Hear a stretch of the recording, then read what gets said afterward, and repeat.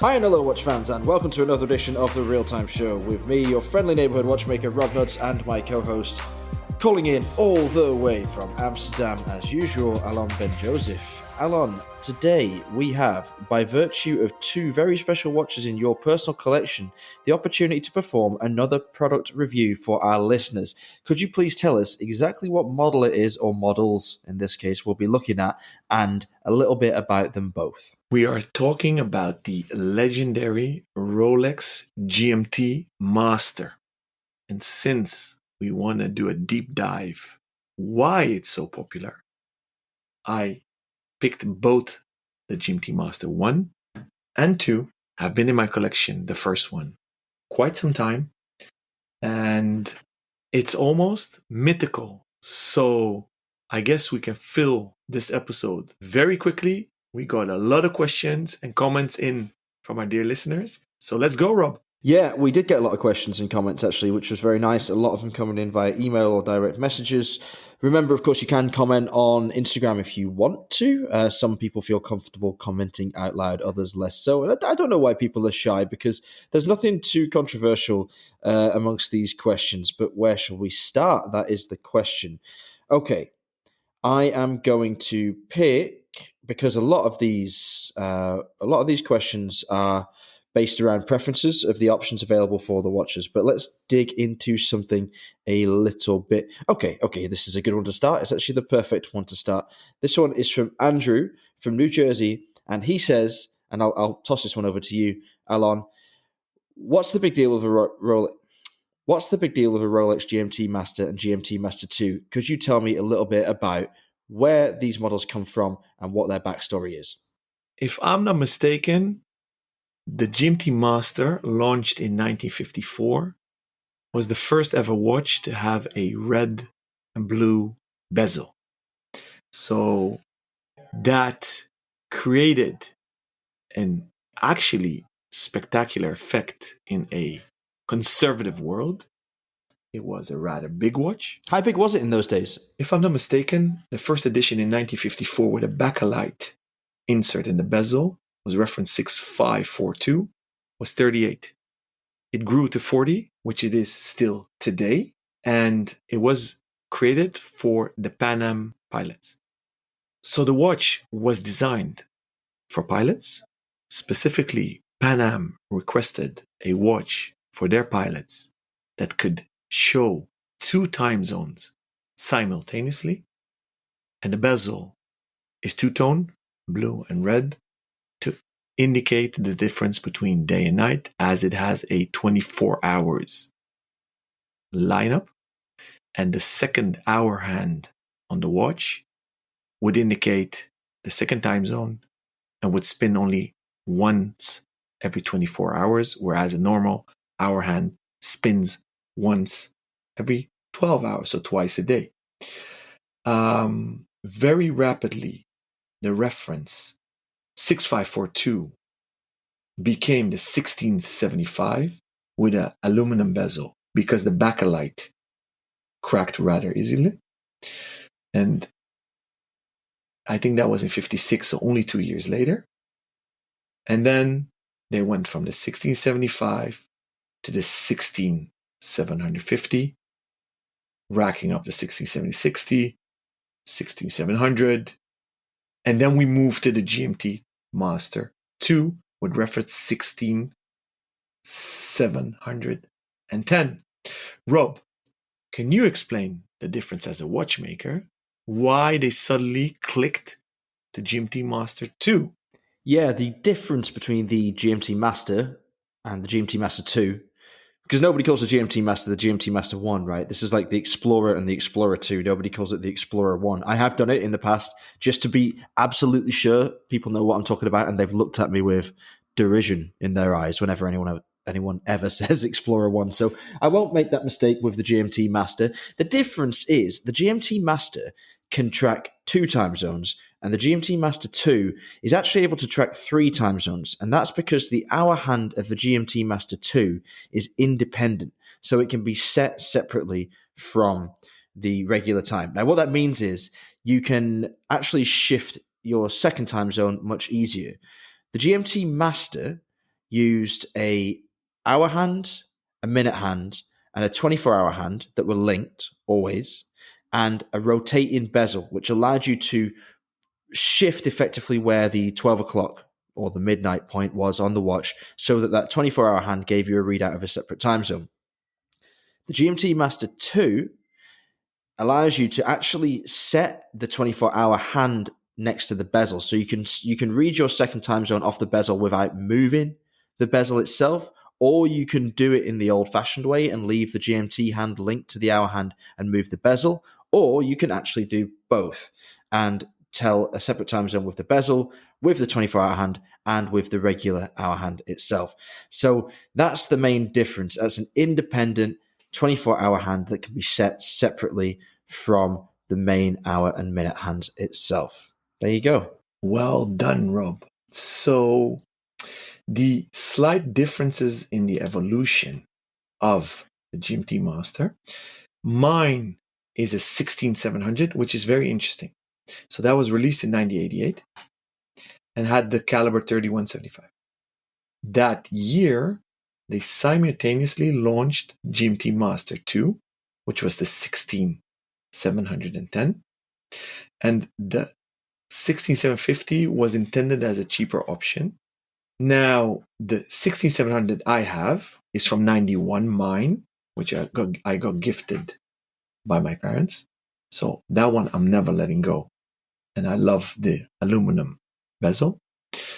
Actually never existed in a nicknamed Coke version. And the blue and red is nicknamed the Pepsi, which we'll come to later.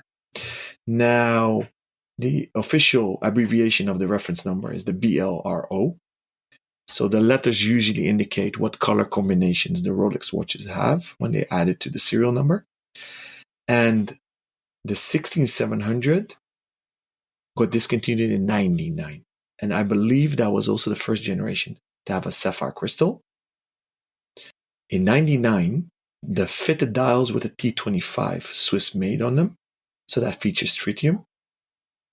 Not only can you guess the age of a watch by looking at the dial and what specifications it has on it. So does it say just Swiss made? Does it say Swiss T25, etc.? You can also look at the serial number of the watch.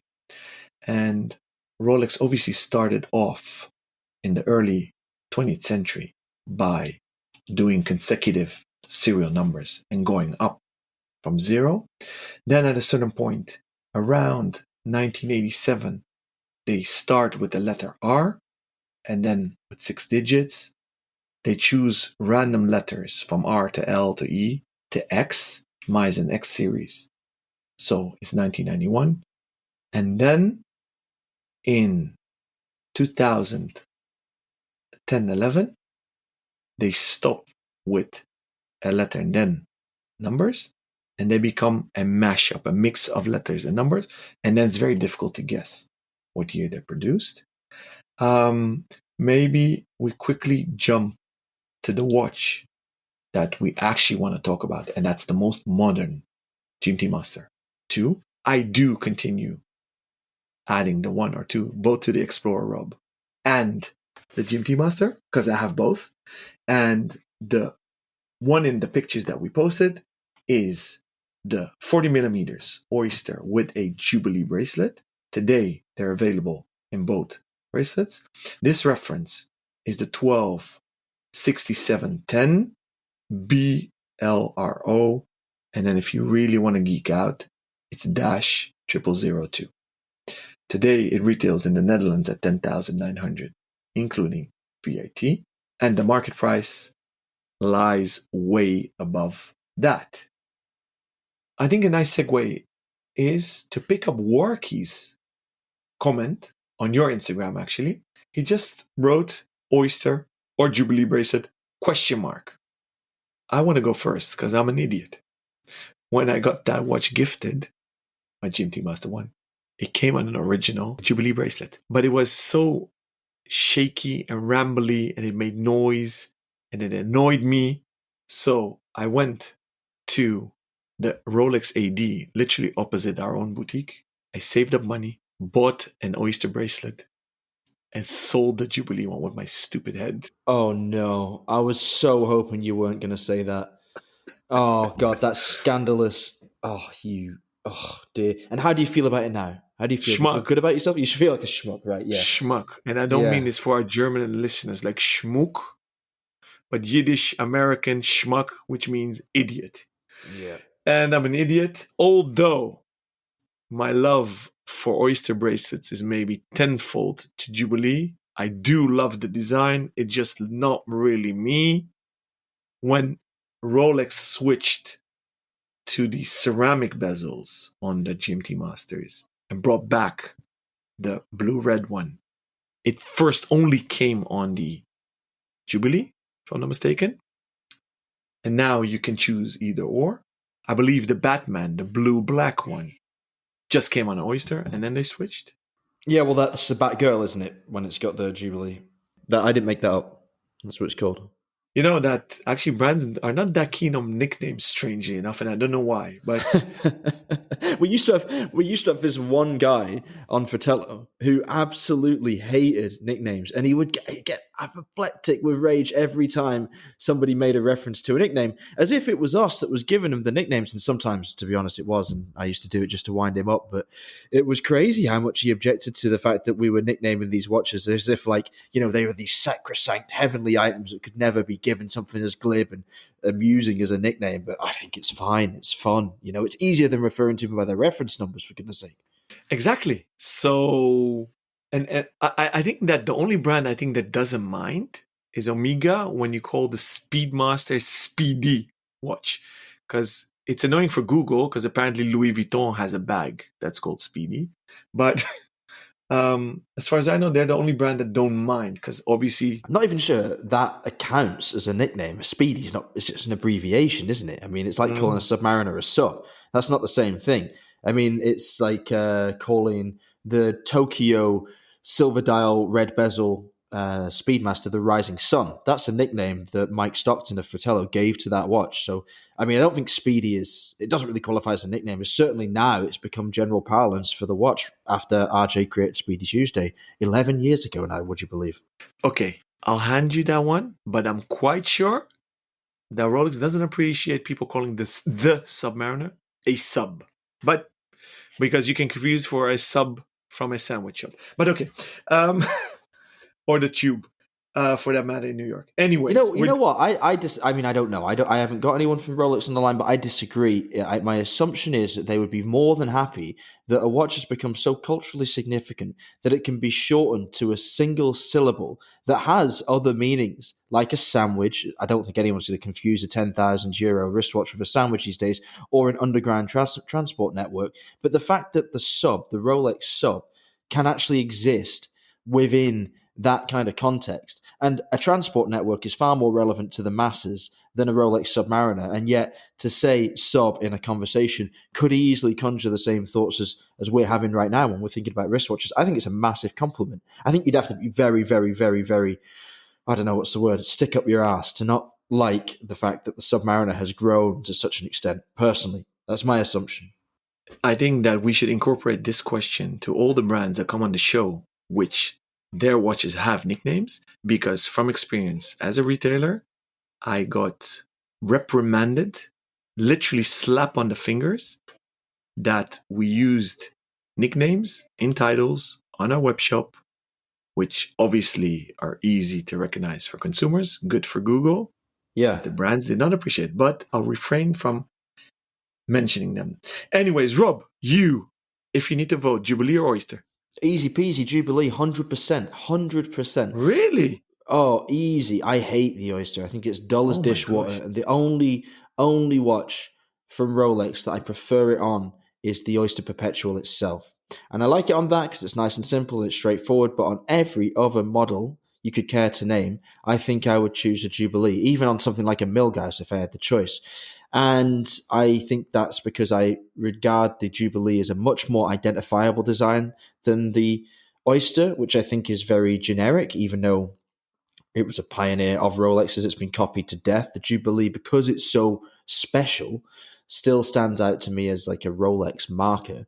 And I have actually been in the situation where, and I stand by this, had the Rolex GMT-Master 2 root beer, sorry Rolex, but I'm talking about the oyster steel and rose gold or ever rose version of this watch with the black and brown bezel insert. Had that been produced with a bicolor Jubilee, I would have had my name down on that list from day one, waiting to buy one. But because it had the professional, or the oyster bracelet, should I say, I'm not bothered. I never wanted it. I was like saying happily, I'll wait until they do it on the Jubilee, and then I'll pull the trigger if they allow me to pull the trigger, which they probably won't. But annoyingly, it's €2,500 more now than it was when it came out. So shame they didn't do it straight out of the gate. But yeah, absolutely, 100% Jubilee, 100%. Not even close. Not even close. Not even a consideration. You surprised? Yes, I tried it. I really held out not to buy a ceramic bezeled Rolex. I own several. I am the fan of the old style. No, wrong wording. Pre-ceramic Rolexes. Because I don't like the shiny. And I always gear towards the matte finished Rolexes or those that have the most satin finished on them. And the only exception to the rule is day dates, of course. Okay. I'll break any rule for a platinum or a full gold day date. But yeah, every rule should be broken for those watches. But before you go any further, there's a question actually from Stefan in Dusseldorf regarding exactly this point.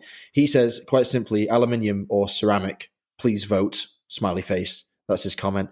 I take it from what you're saying, you're still a fan of the aluminium. I do own only one ceramic bezeled watch. I hold out. I'm against it. I find it anti-tool watch esque because ceramic breaks easily. I hate the shimmer and shine on tool watches. So the only one I have is the Pelagos LHD, the lefty. Beautiful watch. Yeah. And as far as I know, that's the only tool watch out there with a ceramic bezel that's fully satinated. Correct me if I'm wrong. I'm actually curious to hear from you or our listeners if they know any other watch out there with a matte ceramic bezel. Oh, there absolutely are others. Yeah, Absolutely. let's find them. Yeah. Cool, But cool query. can't think of any off the top of my head right now. I can. Me neither. And I've been looking. There was one I was reviewing the other day. It was a show part of some description, but yeah, there's quite a lot. There's quite a lot of matte bezels, but the Pelagos LHD is one of the finest. That's for sure. But you're forgetting to mention your GMT Master 2 Pepsi, which you also have. Remember? Yeah, but I am probably going to be vilified or cursed at. My GMT 2, the ceramic, whatever nickname we want to give it, because you don't like giving them one or two numbers, is on the nomination list rather long to be said goodbye to. And that decision came rather quickly because I really held out adding it to my collection. And obviously, I opted for the Jubilee because I regretted selling my first Jubilee bracelet. I already have the first one on an oyster, so I thought that would be a good alternation. And then I said, oh, I'll give in. Since it's so shimmery and shiny on the bezel, let's go all the way and choose a bracelet that's also bling blingy. Yeah, fair. Yeah, but it's not me. Hmm. It's not the Rolex guy I want to be. And I'm not judging anybody else because it's a stunning piece. Well made. It's amazing how they fused the red and blue. So when they border each other. So that's an amazing technique. Yeah, but is it amazing? That's one of the points that comes in for the most criticism when it comes to Rolex's Cerachrom inserts, in that they don't take two pieces of ceramic like Omega do and fuse them together, that they make one full bezel and then they put the lighter color of the two, or is it the darker color of the two? I think it's the darker color of the two, isn't it? On top of the other one. So in this instance, there's a full red ceramic ring with like half of it topped in blue ceramic and then fused. And that's why the blue of the new Pepsi bezel is not quite blue. It's actually a bit purple. I owe you that question because I did the Grand Ambassador training for a full week in Bienne with Omega. And because of the liquid metal and the superior innovation techniques of Omega with ceramic, obviously started off back in the days with Rado and blended into the whole Swatch Group DNA, they literally fused it because you get bleeding otherwise, as I understood. So they can technically create a ceramic bezel with two colors, which are indeed two separate colors, and then a full 180 degrees line between the two colors, and then fuse in either steel. So when you feel it at top, there is no laser inscribing, or it's a smooth top surface. And with, I don't know if you guys remember the Planet Ocean Seamaster GMT in 43 millimeters. I think it's out of production today. That is the only bezel where you have a yin yang bezel, black and white. And then instead of metal coming through with the liquid metal procedure, they pushed in white ceramic in the black half, and it had black numbers in the white part of the bezel. That was spectacular. Yeah, that was spectacular, and that is possibly the best example of how to do a ceramic bezel. Now, Yeah. I don't love the end result because I find it a bit of a cold-looking watch, but technically speaking, it's absolutely top drawer. One of the retailers that I used to work with in Scotland, Wallace Allen in Ayr, was run by Grant and Ian Allen, and Ian, the younger of the two, had that exact watch, and it was his daily go-to, and he adored it. And I could never really work out why he loved it so much until I saw it in person on his wrist. And to study that bezel up close and to see the crispness of the colors at play there, just white and black, sounds ridiculous, but to see the defined line between the two and the way that the colors of the numbers alternate from one side to the other so perfectly is something very special, and it's actually streets ahead of what Rolex have managed to do with their Cerachrom inserts, the bicolor ones at least, like the blue and the red. We got a question that came in, which we might as well address now. This is from Robert in Vienna. Good name, Robert. Nice place, I imagine. I've never been to Vienna, funnily enough. And the question is, why is it nicknamed the Pepsi? And that one is quite simply because it, like the Pepsi logo, is red and blue with a dash of white in there. And sorry to continue on with this, but since this segues so perfectly into another question regarding soda pops, Mike from Singapore, one of your questions, he says, do you think we will see the Coke come back this year? Now, the Coke, for anybody that doesn't know, is a nickname given to a bezel that is half red and half black. And in the old aluminium or aluminum for our American listeners insert days, it was a popular rival to the Pepsi and actually my personal preference. But Alon, what do you think? Do you think we will see the Coke return? Is it high time for a comeback? Yes. I hate all these mash up prediction blog posts and pictures of Rolex watches just before fairs back in the day, Basel World, and obviously they're now at Watches and Wonders since last year. But we're playing that game right now. I think it's gonna come back because the oddball was the nickname Sprite, right? The lefty. Nobody saw that one coming. I would be surprised if they don't. I do think it was way less popular, the black and red bezel. I think the least popular one was the full black aluminium insert.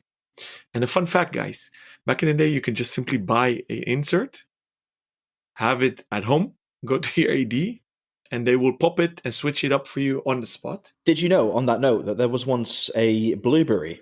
That's the nickname. You ever heard of that? Just the all blue bezel. Oh, yeah. Because you're right, the all black was really not popular. And you're right, I think that the Pepsi was far more popular than the Coke. And I actually hated the Coke for years. It's only the last few years that I've come around to it and decided that given the technique that Rolex uses on the Cerachrom given the technique that Rolex uses to create those Cerachrom bezels, if they ever do a Coke, it will be the best because the black will obscure the red and it'll be better than the blue. And that's the one that I've got my eye on now. But in the past, there was just a blueberry, which just had an all blue aluminium insert and an all red GMT hand, I think. It was weird as hell. Didn't look like a real Rolex. Have you ever seen it? Yes, and actually very cool. And if I'm not mistaken, Tudor has a long heritage in making the first oyster subs with blue dials and blue bezels. And I believe they even had black dials with blue bezels. But if I'm not mistaken, there hasn't been a Rolex Submariner with a blue bezel black dial. So that GMT should have been the first, if I'm not mistaken. And I think it's cool. It looked cool. I think it's cooler than the Batman. Well, I don't know. I never liked the Batman. I thought it was a bit dull. I prefer the Batgirl because I like the Jubilee and I think it dresses it up nicely.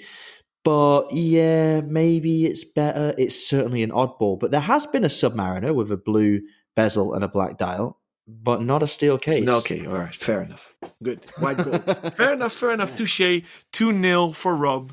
I said it.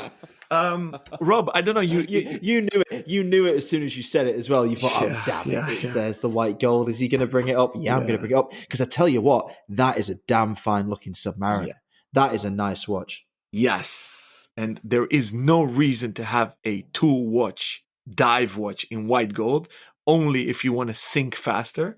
But it's sexy. It is sexy. It is really nice. And you know what it does? It actually echoes a look that one could only get in the past through a patinated or faded aluminium bezel on an old sub. Because sometimes, for whatever reason, black aluminium bezels that had been anodized that color would fade to a kind of navy blue. They would just bleed out to a blue. It is I don't know what the chemical requirements of that would be, what kind of environmental pressures you'd have to subject it to, but it has happened. I've seen it happen, and the result is sometimes stunning. If your loom goes off to a kind of rich pumpkin shade and the old gilt dial printing on a black dial surrounded then by a now faded to navy aluminum insert, you are sitting pretty with possibly the nicest sub combination ever made. And goodness me, if they ever brought one back that was based on that kind of coloration, I'd be first in line for that. Yes. And Rob, I want to use this segue to go back because you went suddenly, I don't know, you kicked up a few gears and you went very quickly. So back on the bezels, what I really dislike about the modern ceramic Rolex bezels is that they etched out the numbers and then filled them with white gold. And I've seen rather a big quantity of them being banged up, not breaking the ceramic, but then the gold chips out. And that tickles my inclination to OCD. So you never answered if you're more of an aluminum guy or a ceramic bezel guy.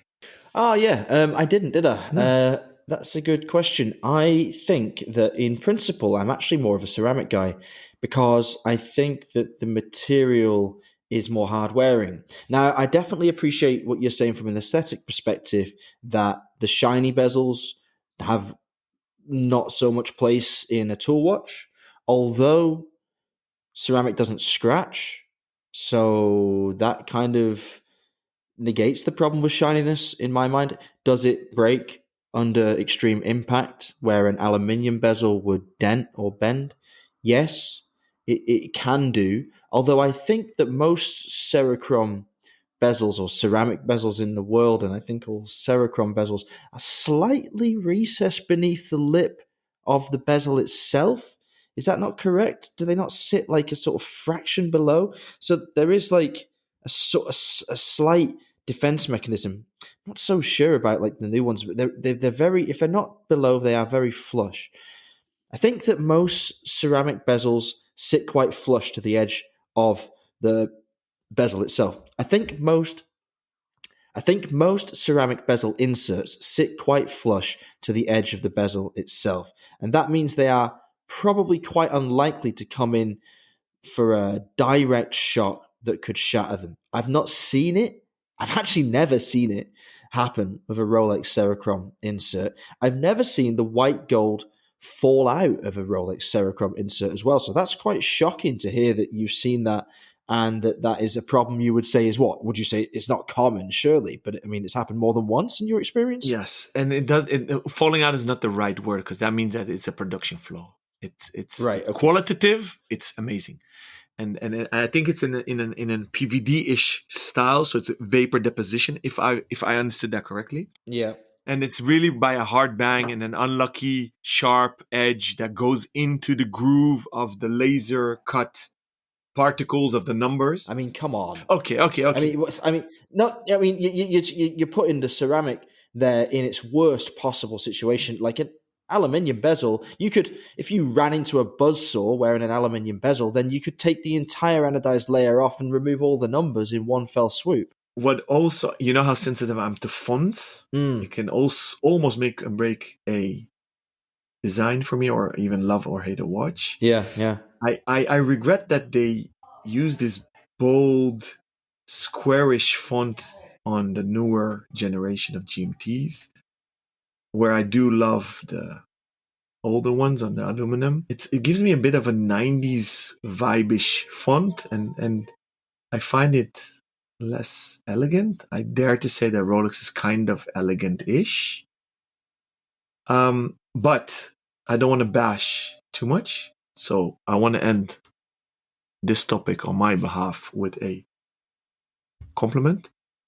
I love the etching of the bezel. So the way they grooved the inserts into the bezel so you can grip it, there's nothing like it done by anybody else.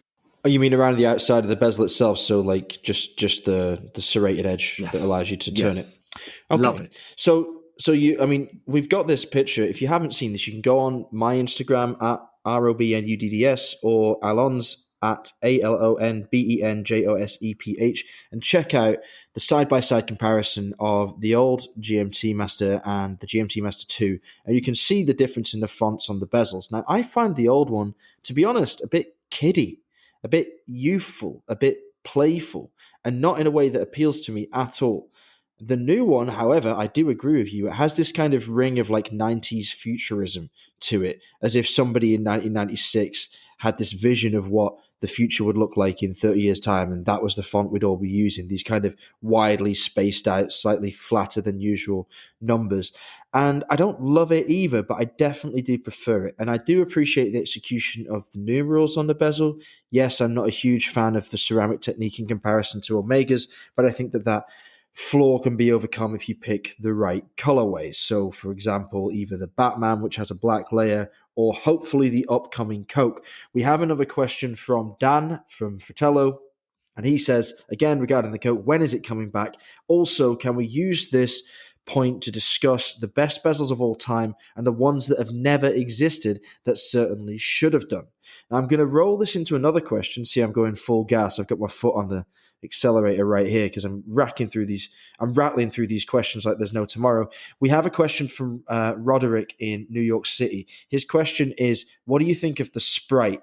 Now, we'll answer that question directly after we've addressed Dan's question, but just to pull the Sprite nickname into conversation here, because you mentioned it earlier, the Sprite is the nickname given to the green and black bezeled LHD, that's left-hand drive GMT, that was released most recently by Rolex. And that was a watch that caused a real stir. We'll talk about the Sprite separately, but let's discuss bezels. So we've already touched upon the Pepsi, that's red and blue, the Coke, that's red and black, the Sprite, that's green and black, although possibly should be green and yellow or green and silver, the All Black, which doesn't have a nickname as far as I'm aware, and the Blueberry, which is all blue and long since defunct. Now, Alon, I need to add one. Question for you. Oh, you need to add one more? Yeah, root what beer. Have we got?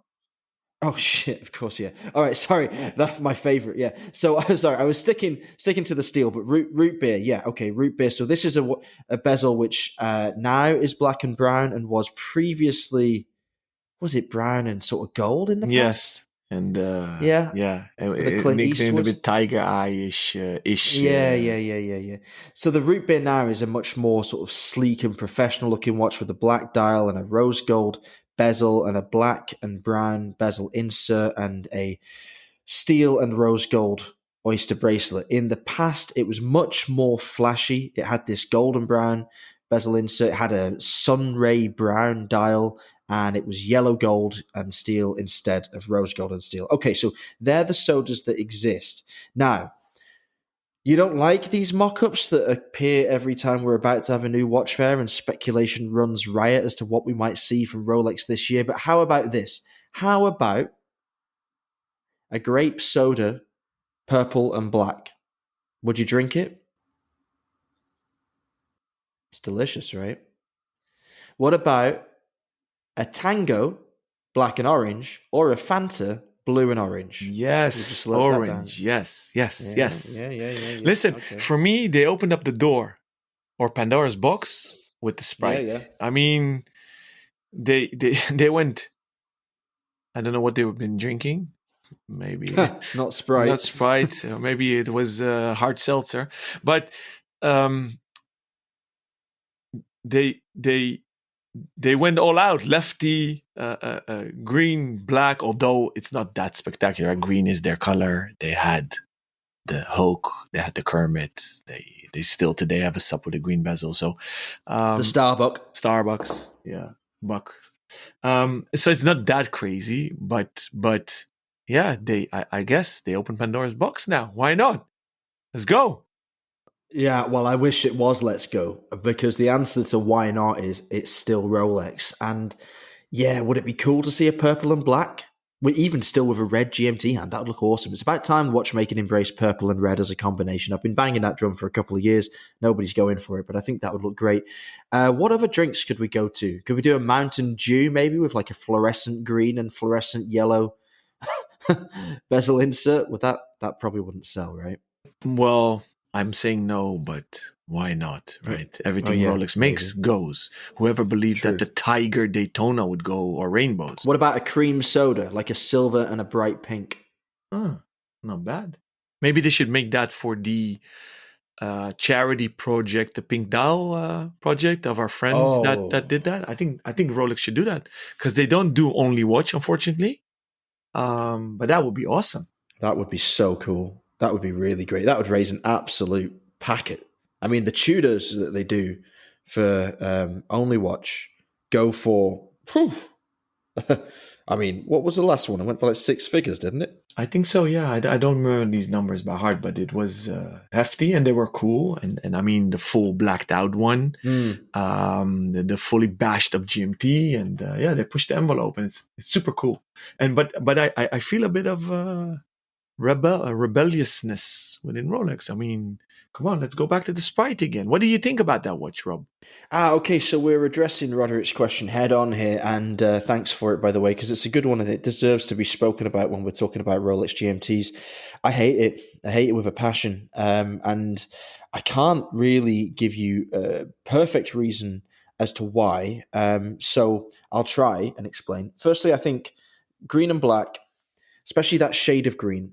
This isn't like the old Kermit shade of green in the aluminium bezel days that was kind of a almost metallic olive. This is like a kind of rich, slightly deep Kelly green. And with the black, it does nothing for me. It doesn't make me feel of luxury. It doesn't give me a feeling of sportiness, and it doesn't really give me satisfaction from a coordination perspective. I think it's just a bit dull. I think it looks a bit nothing. And the Starbuck, which is the Submariner with the black dial and the green bezel, just about gets away with it because there's enough green to make an impact. But here with the Sprite, with half a green bezel and the rest of it being black, is just, to me, it's just a bit weak. And this LHD thing, the left-hand drive, I like it on a diver. I think it's kind of cool because that's fine for right-handed people to wear as well. With a pilot's watch, technically, which is what the GMT-Master was intended to be, it doesn't make as much sense to me unless we have left-handed pilots, and that's fine. There's, I guess, 10% of pilots are probably left-handed, maybe a slightly higher percentage, given the skill split of left-handed and right-handed people. But yeah, I think it's a really poor release. You said nobody saw it coming, and I would say that nobody needed to see it. Full stop.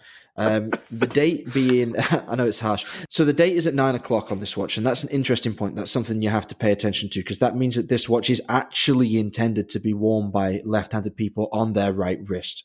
If it were a watch like the Pelagos that you have, that's an LHD watch, right? The LHD means left-hand drive. That means the crown is on the left-hand side of the case. The date on that watch is on the right side, right? Around 3:00. Right.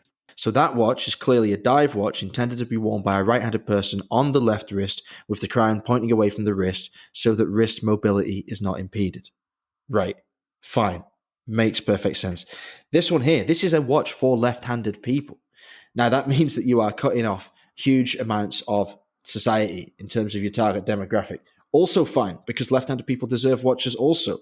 This is not a mainstream release. The only movement modification that's been made here is that date wheel has been reprinted so that the date is the right side up when it's on that side of the watch. And that's it. Otherwise, the movement's just been flipped. The case has just been turned upside down. Nothing different about it. It sort of seems like Rolex got together and they thought, you know what? Let's just bash our heads together and see what happens. And this fell out by accident. I don't know. I've said enough. Maybe I've not said much substance, but I don't like it. I was disappointed. I was left feeling flat. I was completely devoid of desire for this piece, and that's not the way I normally feel when Rolex releases anything new. Even though I'm not a huge brand lover, I always would like to have what they put out there into the world, but this one I actively wouldn't wear it. So what's your take on it? Do you feel the same or do you love it? I have mixed feelings about it. I am right-handed. I wear the Pelagos left hand on my left wrist where I wear all my watches because I find it quirky and crazy and fun. And in a practical aspect, I don't like big crowns going into my hand because I wear them rather low, and it's obviously a professional deformation that I wear it not under my cuff, but in front of my cuff. So it's comfortable for me. I find it cool that Rolex dared to do it. Is it my cup of tea? Not so much. So I'm not in love. I didn't put my name on a waiting list for that watch. Does that say enough? Yeah, that says enough. I mean, I think that kind of sums it up. Maybe a little bit more of a tempered approach to the answer than I gave, but absolutely just uninspired by the end of it. There's a lot that could be done with a GMT-Master 2 range, and other colors is basically the route to go, I would say. I would like to see some more takes on bicolor versions of the watch as well. I just think this one missed the mark for me. And it's nothing against the lefties. In fact, the one redeeming feature for me is that... Hang on, siren.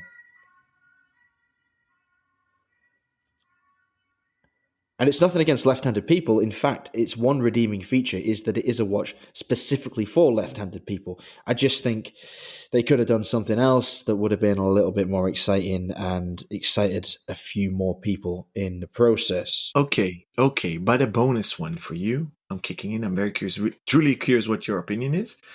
The white gold version with meteorite dial. You mean with the Pepsi bezel? Yes. That one comes on an oyster bracelet as standard? Yeah. There is no Jubilee in gold. I don't think Yeah, in the modern history, I don't think they make any Jubilee in gold.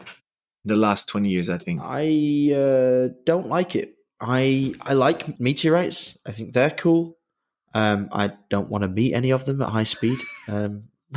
But I think they're awesome and the material is great and it has a place in watchmaking, and sometimes it can be just the perfect visual complication to a dial, shall we say. Like, just adds a little bit of interest without being too overpowering and too much. Like, for example, there is a Daytona with a meteorite dial, which I think benefits from the presence of subdials to break up the chaotic striations of the meteorite itself.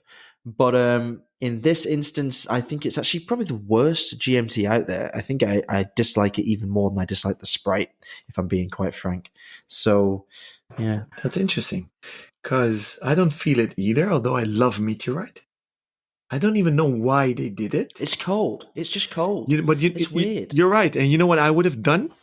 I would make it colder. Either make the insert of meteorite as well. I don't think anybody has ever done it, and it's very difficult because it's a brittle material.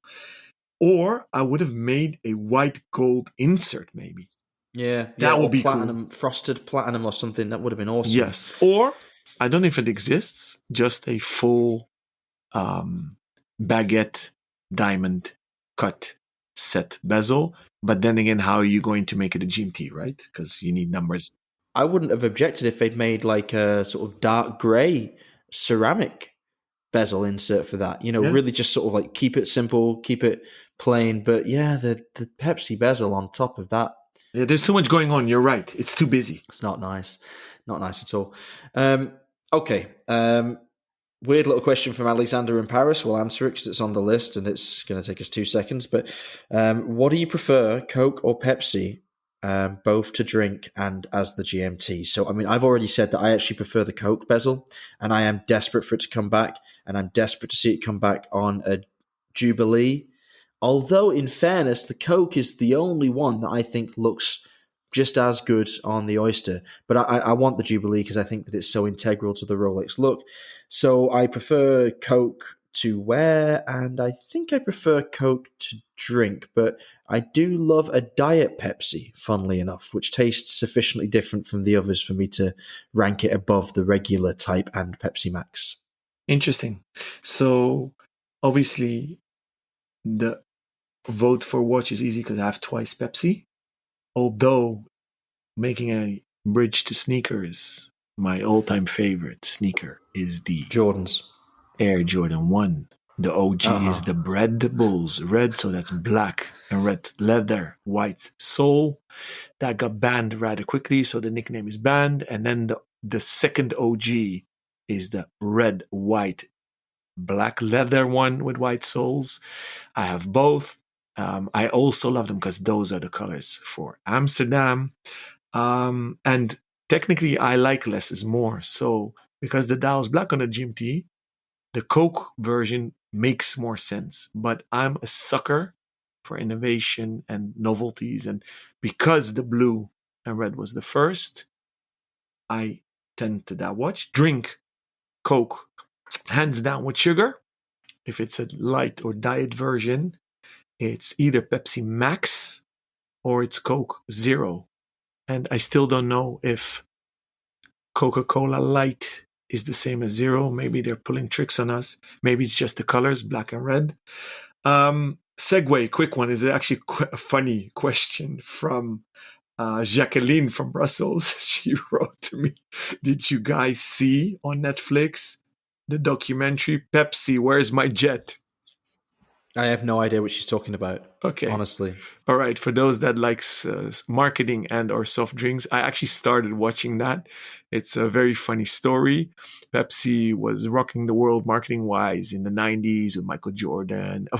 Michael Jackson, Cindy Crawford, and they had a marketing campaign going on. The more Pepsi you drink, the more goodies you can win or buy.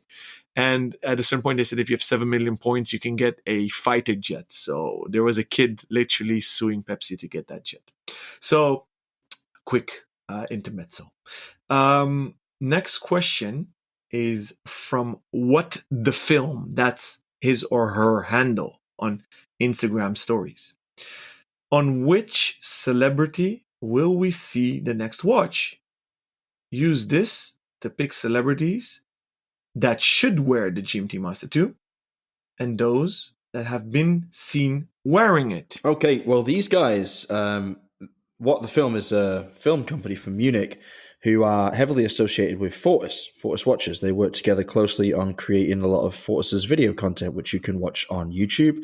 And you will see a lot of Fortis's recent adventures in the Arctic, of which I was a part. Produced by these guys, and they are good friends of mine. So thanks to all of you for sending through this question. I don't know who was behind the keys. Maybe Matthias. Maybe, I don't know. We don't know. Maybe Max. We don't know. Okay. So celebrities that have been seen wearing this watch, right? Well, there's been quite a lot. Off the top of my head, I know Eric Clapton's got one or two, or probably 3 or 4. Federer obviously has GMT-Master 2, although I don't think it's his go-to. Mark Wahlberg is a well-known fan. Christian Benteke, funnily enough, a football player who had a rather prolific stay in the Premier League for a while. He was known to wear, I think a Batman was his watch of choice. But who should wear the GMT-Master 2? Okay, so celebrities that should wear the GMT-Master 2. Well, The one that comes to mind, I know he's probably an IWC ambassador. I'm not entirely sure, but I guess because they make the Top Gun watch, he is. Tom Cruise is actually a pilot. So he could probably get a fair bit of use out of a GMT Master 2. And he travels all over the world. So maybe we should see if Tom Cruise would like to wear one. What do you think, Alan? You got any off the top of your head that would be good? I suck at celebrity endorsement. It doesn't work for me. Yeah, it's really not the worst thing to like suck at, to be honest. It's but poor, actually, I wanna do a segue to a question from Niels in Maastricht. He sent me on LinkedIn. Why do they call some GMTs the pussy galore? And that's actually an interesting one because the first GMT Master, the 6542, was worn by the character Pussy Galore in the James Bond movie Goldfinger in 1964. Honor Blackman, God rest her soul. Exactly. Honor Blackman. That's the name of the actress. So I think it's super cool that a lady wore it. It had a place in a movie. I guess if we run a Google search now. I have one. Sorry. I love John Mayer as a musician. I love him as a collector. And obviously, he's an investor in Hodinkee today. Our friends in New York at Hodinkee. What made an impression on me is that he bought one of the first white gold GMTs, I think with the blue dial. So the blue and red blue dialed white gold version. He toured with, what's that band called? That old band. And he engraved the logo in the case back. So that actually made an impression on me. So actually, if we're talking about celebrities that I know that actually own and wear one, and in the watch world, I guess our buddy Ben Clymer is a minor celebrity or a big celebrity. I know he has several. So yeah, that's as far as I can go. And who should wear one? I don't care. Everybody should wear it because they love it and not because they want to flex it. I don't care. He says anyone. Yeah, well, okay. The Pussy Galore reference is cool, and you are right. It's really cool that she wore one. But I mean, she was ace pilot in that film, wasn't she? That was her main role. She was one of the most iconic Bond women because of her skill, and I think the fact that she was an even match for Sean Connery's James Bond is what endeared her to Bond fans down the years. So yeah, that's a cool reference. Modern day, who else could we strap one of these onto? Let me think. Someone that likes planes. Planes are good. You know what? I don't know why. I feel like Harrison Ford would be a good choice. I don't know why. I mean, he's Indiana Jones, he's Han Solo. So he's ballooning. He flies himself into all sorts of trouble, as we know, right? Okay, so he's almost had a couple of pretty bad accidents where he's nearly flown into passenger jets, and I think he did crash his plane once. So yeah, I think he'd be a good one. And I think that you could do a lot with the bezel. You could have a lot of fun with Harrison Ford special editions, like based on his iconic movie characters. I'm sure you could do something with Indy. You know, like I know the Indiana Jones and the Kingdom of the Crystal Skull was an absolutely abysmal film, but you could have like a crystal bezel or something, like a skull on a crown, or I don't know, whatever, like some crazy religious crusade inspired iconography on the closed case back, or some secret map that illuminated when put under UV light on the dial. I don't know, whatever. I'll say Harrison Ford and Tom Cruise, which probably shows my age a little bit, that I've picked like super 1980s movie stars, but there you go. That's what I think. It feels right to me. Oh, and interestingly enough, I didn't mean to do this. Honestly, I didn't mean to do this. It just came to me at the last moment because I was reading an article about Harrison Ford and Indiana Jones the other day. The most famous wearer of a Rolex GMT-Master, and I think it is the Master, or maybe the Master 2, is Magnum PI, right? Tom Selleck, who was apparently, and I only learned this last week, the first choice to play Indiana Jones. Interesting. and he couldn't do it, and it went to Harrison Ford. Obviously, now it'd be hard to imagine anyone else in the role, but I think we could bend ourselves to imagining Tom Selleck playing Indy. That'd be cool. But there, yeah, what a bit of symmetry that turned out to provide. Rob, this is actually fun. We're going all over the place, but we got so many questions and we have a lot more in the mailbag. But I want to pick up Menno's one. He sent that to me on Instagram as a DM. He starts off by actually with a saying or a quote or a statement. He writes, the GMT-Master 2 with the Pepsi dial is so iconic. So he means the bezel. You almost cannot love it. Every time I see it, I get excited and a bit conflicted. The two-color bezel, the extra time zone hand, and the Jubilee bracelet are a bit much compared to, let's say, a regular black Submariner. But then again, to each his own. My main problem with the watch is that 99% of them I see in the wild are fakes.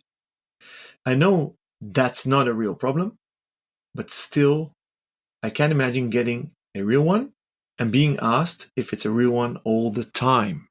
It's an interesting point, actually, and what I find most interesting about it is it's not something I ever really thought about myself. So, one of the main concerns I suppose I would have if I were about to buy a Rolex now, especially one as visible and well known as the GMT-Master 2 that trades for so much over its recommended retail on the secondary/slash pre-loved market, is that I'd be concerned about getting my arm cut off for it or a bullet put somewhere in my body at the expense of my watch. I'd be very nervous about wearing it in public. I hadn't really considered the drawback of somebody assuming it was a fake. Now, the way that Menno phrases this question statement suggests to me that it would annoy him or her. Actually, I don't know if it's a male or female, but Him. him. It's a him. Okay, that it would annoy him that people didn't automatically know it was real. Now that also suggests to me, and I might be drawing too many conclusions from this, but it suggests to me that that matters to him, that he wants people to know that he's wearing a real Rolex GMT Master 2. Now, personally, if I owned a Rolex GMT Master 2, I would probably want people to think I was wearing a fake because I would own it for myself and I would wear it for myself and I would enjoy it for myself. I do not buy watches to flex. And the idea of it makes me feel quite uncomfortable, especially, like I say, with such a mainstream watch so well known. So, in some odd ways, Menno, while I do sympathize that, yes, you are correct, there are not only a lot of fakes, actual fakes, but also pale imitations of the real thing, it might be to your favor in some ways, from a security perspective, that it is such an imitated watch. Alon, what are the thoughts that come to your mind when you hear this question? I'm with you 100%. I've been wearing one since 91. I was young, so then people wouldn't believe that I have a Rolex, so they would assume it's fake. I don't lie. I never lie. I don't believe in white lies because those are lies. So either I would shrug it off, dismiss the question, um, and or I would like give a vague answer like it is what you think it is, or I would say, what do you care? What is it to you? Or it's actually rude of you to ask. But you're 100% right. I didn't mind people thinking it's fake. I used to live in New York and I studied there, so I only took one watch with me, and I picked this one, especially because of the time zones. Because obviously I wanted to call back home, and I had family on the West Coast, so I was jumping through 3 time zones, let's say, and I obviously went out a lot, clubbing, going on the tube, the sub, and I liked that prejudice that people thought it was fake because I didn't want to get jacked or robbed. Now it's unfortunately it surged again, this tidal of violence and robbing and theft of nice watches in Europe, especially in the big cities. So I think it's not a good thing, but I used it in my advantage, let's say. Now, what do I think of fake watches? I don't think it's a good thing. But I think we can spend the whole episode on that. So yeah, if it's important, as you said, Rob, if it is important to you that you buy a real product and you find it important that people know you're wearing a real one, then unfortunately it's a sad conclusion, in my humble opinion. You shouldn't pick a watch that's that popular and therefore copied a lot. But it's actually, I'm saying it and it's a sad conclusion. So that's it. That's my 2 cents. Very good. All right, it's an interesting point upon which to end this episode, but I think we'll draw it to a close there because we did have a lot more questions on this model, which is perhaps unsurprising given how popular it is and how widely discussed it has been since its release. We do hope that Rolex will bring out some updates to the GMT-Master 2 collection this year because we all feel that there's a lot more meat on the bone. We would love to maybe do a follow-up episode answering some more of those questions that we already have and some new ones that would no doubt come in should Rolex add to this model line in the near future. If you would like to get involved with the show, then you can get in touch with us. You can either find me on Instagram at RobNuds, that's ROBNUDDS, or Alon on Instagram at AlonBenJoseph, that's ALONBENJOSEPH. You can contact us both directly via email, that's either rob@therealtime.show or alon@therealtime.show. We will be back soon with another interview. Until then, stay safe and keep on ticking.